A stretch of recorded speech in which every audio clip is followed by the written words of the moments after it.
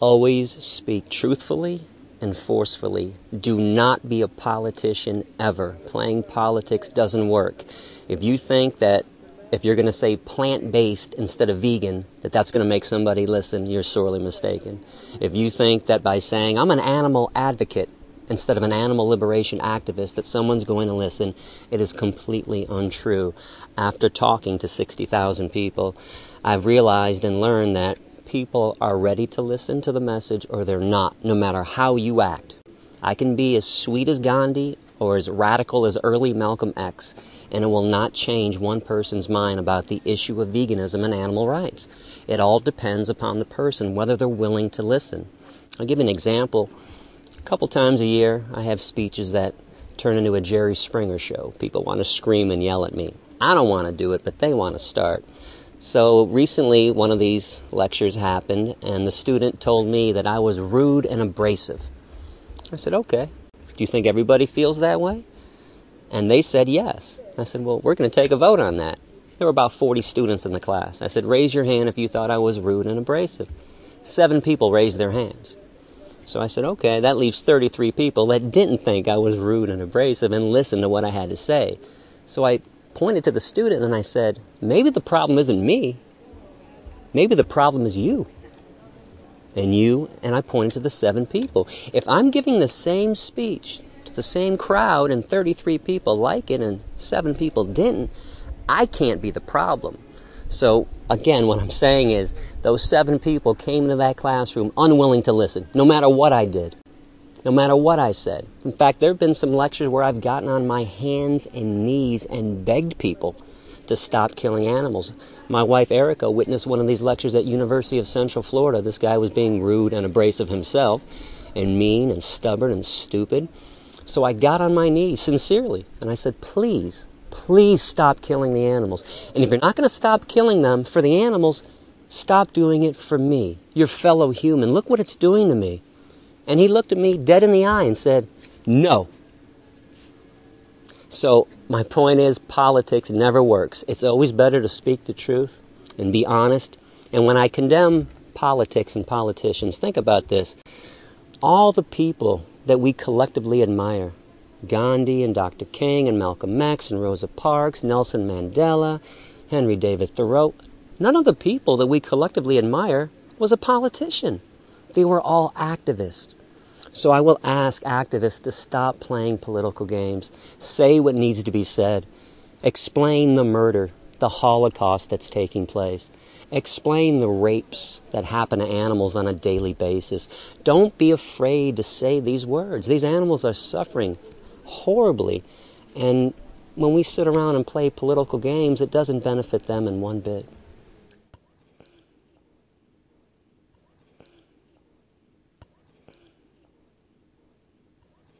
I'd say to that person, first of all, you just proved that humans don't have intelligence. Anybody that would make a claim that animals don't feel and they're not smart are completely idiotic, stupid, selfish, and speciesistic. It's insane to think that animals don't feel. If they don't feel, then when we torture them and they scream in pain, when they're being hung upside down in a slaughterhouse, what are they screaming from? Nothing. When we light them on fire in burn research and they scream. And then the animal researcher claims, well, we gave them anesthetic so they wouldn't feel. Well, if they didn't feel, what do you give them anesthetic for? So they don't feel? Nothing? It's completely insane. Animals have the same... When it comes to pain and suffering, animals and humans are completely equal. That's for sure. And animals are also rational beings, too. There's a big myth out there that only humans are rational and aware. You know, if animals are flying in a V formation, if they're hiding when they don't want to be seen, if they can locate water to drink, if they can find shade on a sunny day and seek warmth when it's cold, okay, that's logical thought. They're always being logical.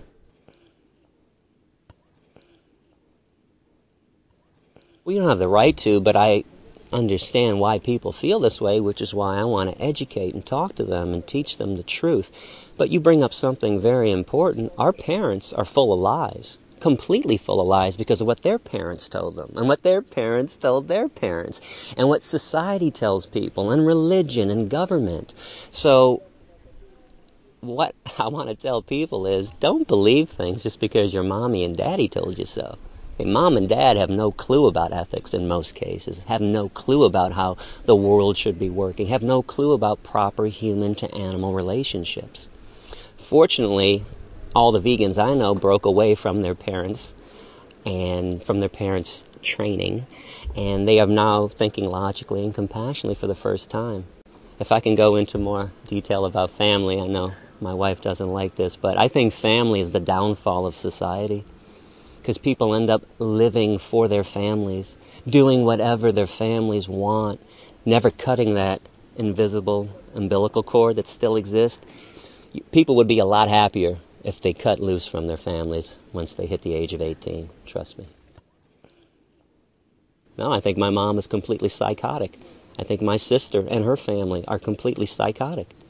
They've actually stopped talking to me because I care about animals. Where's the logic and the sanity in this? I can talk to groups of strangers and they break down and cry and tell me that I've changed their lives, and my own mother, my own sister, and her family won't even listen to me.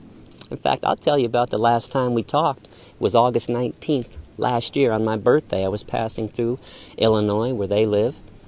I was there for one day, because that's all I can take from my family anyways. It's not like we were close before that.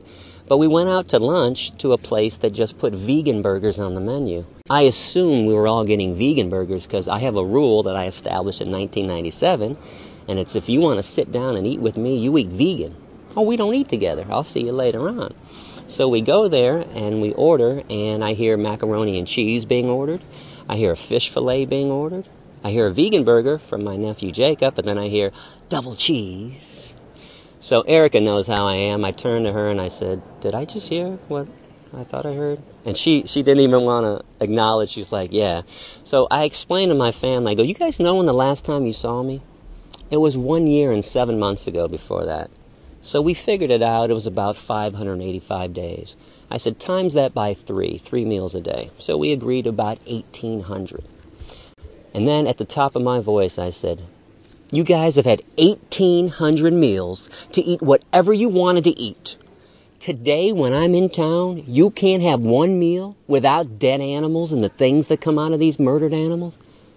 And I stood up and I left. Walked out, called a taxi cab, took a taxi back to my mom's house, jumped in my car, and left.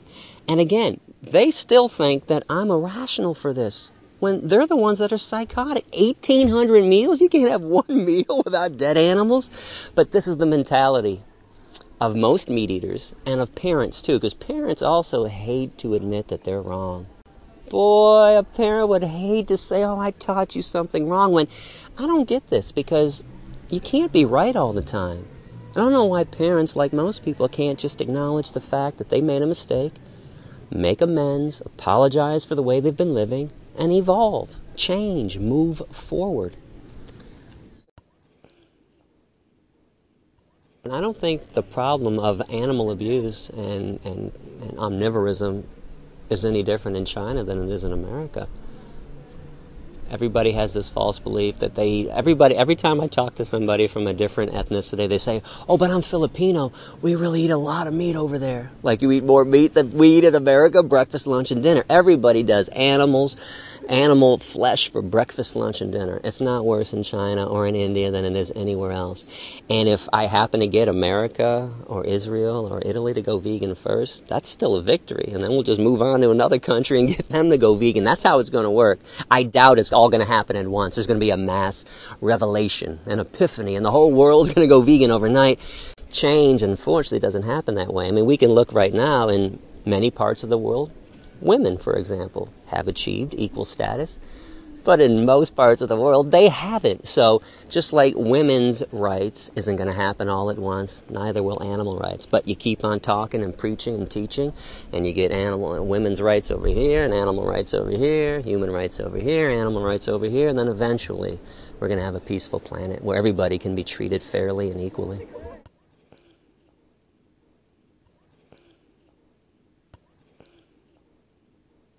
First, on the issue of tactical violence, I want people to go to my website, ADAPT, A-D-A-P-T-T, adapt.org.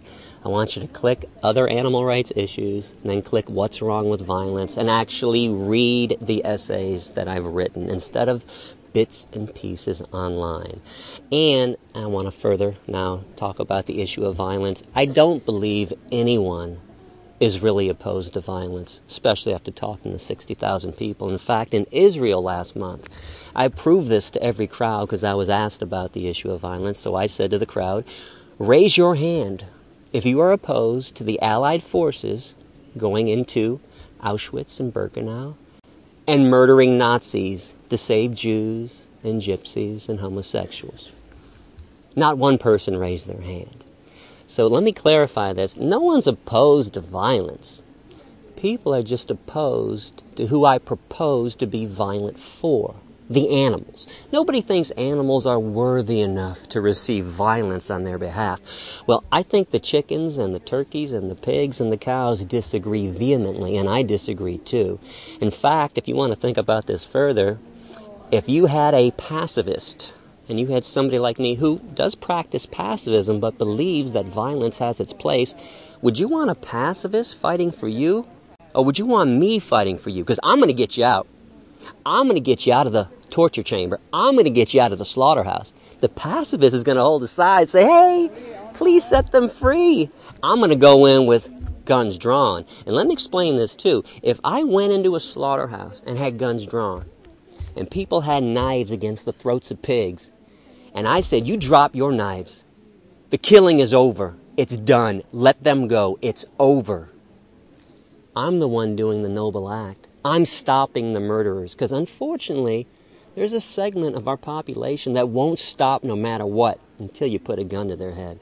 Until you treat them like the victims are treated. And I want to clarify something else, because during this essay on violence I wrote a line that said that I think that women in fur coat and men in fur coats, I said men too, should be raped. The reason I said that is because foxes in the fur industry are anally electrocuted. Standard method of death. Take a steel rod, lift up a fox's tail, shove it in their ass, and electrocute them. That's a rape. Chinchillas in the fur industry, standard method of death is vaginal electrocution. So they're raping animals right now. I hope that rapists get raped. And when the rapists stop raping the animals, I'll stop wishing that the rapist get raped. Please understand what I say, what I'm saying there. They're the ones bringing this on themselves. If they didn't rape and kill and pillage and murder, I wouldn't wish anything horrible on them. And I want to clarify this too about my wishes. My wishes don't come true. It's a wish of mine. I'm not asking anybody to do this. I hope that evil things happen to evil people. I'm sorry, I just can't bring it in my heart to have any empathy and love for evil people. I hope Nazis get raped. I hope child molesters get raped. I hope rapists get raped. I hope murderers get raped. I hope people that do evil things have evil things happen to them. And that's the whole point of my essay. I know people want me to be Gandhi, but I'm not. I don't claim to be Gandhi. In fact, if you ask me, my hero is early Malcolm X, who also supported a violent retaliatory response. And that's all I'm saying. If the time comes when we have to pick up arms, take arms, bear arms to go liberate the animals, we're going to be on the right side of justice. Just like the Allied forces were on the right side of justice. Pacifism, unfortunately, is what allows victims to be victimized. Pacifism doesn't solve problems of torture and abuse. It's a nice notion. It's a cute story. And let me say this again. For 11 years, straight years, that's all I do is pacifist lectures. I educate people. Okay? But it doesn't liberate the animals completely. It helps. I don't think the whole movement should change from its pacifist ways and take up arms, but I think violence needs to be part of this revolution like it's been part of every revolution that has ever existed. There's a big lie out there that Dr. King liberated blacks in America. No, he didn't. The Black Panthers were part of that movement too. Malcolm X was part of that movement too. It wasn't all Dr. King, and it wasn't all Gandhi in India either. Most of his followers killed British soldiers, set fires and riots. And let me bring one more thing up about pacifism. Gandhi, who I admire a lot, okay? But pacifism can be taken too far, just like violence can be taken too far. Do you know what Gandhi's solution to the Holocaust was? He thought that all the Jews should have committed suicide to rouse the conscience of the world to their plight. Well, I admire the Mahatma a lot, but let me say this. Okay, the Mahatma lost his fucking mind when he said that Jews should have committed suicide. That is completely psychotic, and this is how pacifism cannot always be the answer. The Jews shouldn't have had to kill themselves because they were being tortured and killed by Nazis. The Nazis needed to be murdered, and they were. That stopped it. Another myth out there, too, if I can say one more thing, is that violence begets violence. Boy, pacifists love to say violent. There's no proof to that. What was the violence after the Allied forces killed the Nazis? No, that violence stopped violence. It didn't create any more violence. It stopped it, dead in its tracks. It's over. So, my point is, don't be so quick to condemn a violent response. I'm not asking people to blow up McDonald's. Okay, that's insane. Okay, those people are robots. You need to teach the robots. You need to deprogram and unbrainwash people. But the direct killers, the direct abusers of animals, sometimes need more than a lecture and a demonstration. I don't say this with glee. It doesn't make me happy to say all this stuff that I just said. I wish people understood logic and compassion. Sadly, a lot of people don't. And it's kind of interesting, too, that meat eaters and people that wear fur coats and hunters and vivisectionists condemn the violence that I wish about when they're committing it every single day. They kill, let's not forget, meat eaters and people that wear fur coats. They're the most violent people on this planet. It's all kind of irrational and illogical and unfair, too, that people who are violent condemn a violent response to their violence.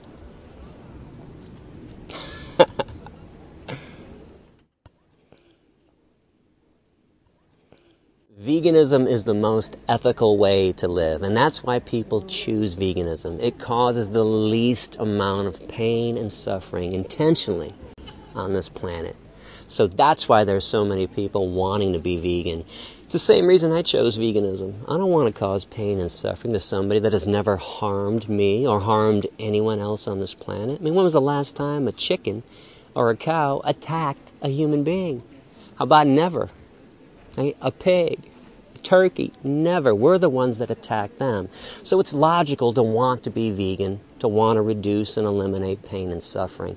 Even though we have fantasies sometimes about harming people that harm animals, it's logical. It's not psychotic to want to harm somebody that's murdering somebody else. I mean, again, if you have love for Nazis, you need to see a psychiatrist. If you want to protect a child molester, you need to seek some serious medical help. There are certain people that are not worthy of having... There are certain people that are not worthy enough to be treated fairly and equally. When you violate somebody else's right to be free, I think you've given up your right to be treated fairly and freely and equally as well. And I'm not running around attacking people. I don't have a machete or a 9mm. Okay, I'm not shooting anybody. When I talk about the violence that needs to happen, that will happen one day, I'm explaining that I'm not going to condemn it. And I think it would be wrong for any animal rights person to condemn an act of justified violence against somebody who victimizes innocent beings.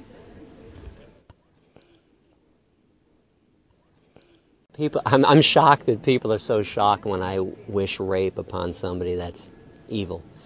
At least in America, every time a child molester or a rapist gets sent to prison, people make a joke, and it's, I can't wait till Bubba or Tyrone gets a hold of him in prison. All the time people wish rape on somebody else. The problem is, see, we all accept that child molestation and rape are evil. We just don't accept that murdering animals and raping animals and anal electrocution of foxes are evil. That's the only difference. It's not it's not the rape thing. People wish it all the time on somebody that's bad. And about capital punishment, I'm going to go back to the same thing. If you've taken away somebody else's right to live, if you violated somebody else, a child molester, rapist, or murderer, those are only 3 groups of criminals that should be executed, you've given up your right to be treated fairly and equally. On top of that, since animals suffer the most and people in prison are eating animals, it's illogical to want to keep people alive in prison because then beautiful animals have to be murdered and killed to feed a child molester? You've got to be out of your mind. I wouldn't kill a tick on the back of a mosquito to save a child molester. And people, we get asked this question all the time. Who was drowning? If a human was drowning or an animal was drowning, who would you save? Well, it depends who the human was. You going to save Jerry Sandusky, the Penn State coach that just got convicted of raping like 50 children? Are you really going to go up in a canoe and save his life? I'm going to take the oar and I'm going to hit him over the head and make sure that he drowns. I would never. There are so many groups of humans that aren't worth saving at all. But people are so in love with humans and so full of vengeance and so full of hate against animals. People will make illogical statements like, "Oh, all human life is valuable." No, it's not. Look around the planet. Most human life is not valuable. In fact, I can prove this to you. Do you know if you removed humans from this planet, the removal of our species would benefit everything that exists? It would benefit not only the animals, it would benefit the insects, it would benefit the water, the air, the mountains. If we're the only ones that are expendable on this planet, why do people think we're so important? Because if you took the ants off this planet, the whole system would collapse. The bees, and the bees are dying off. If you've been following the news for the last 10 years, when the bees go, we're about 2 to 3 years behind the bees. That's how valuable bees are. Take us out, everything gets better. Now, as I say this, I don't think it has to be this way. Again, this is why I want to educate people and talk to people and teach them how to live compassionately and altruistically and peacefully on this planet. But right now, we've gone awry.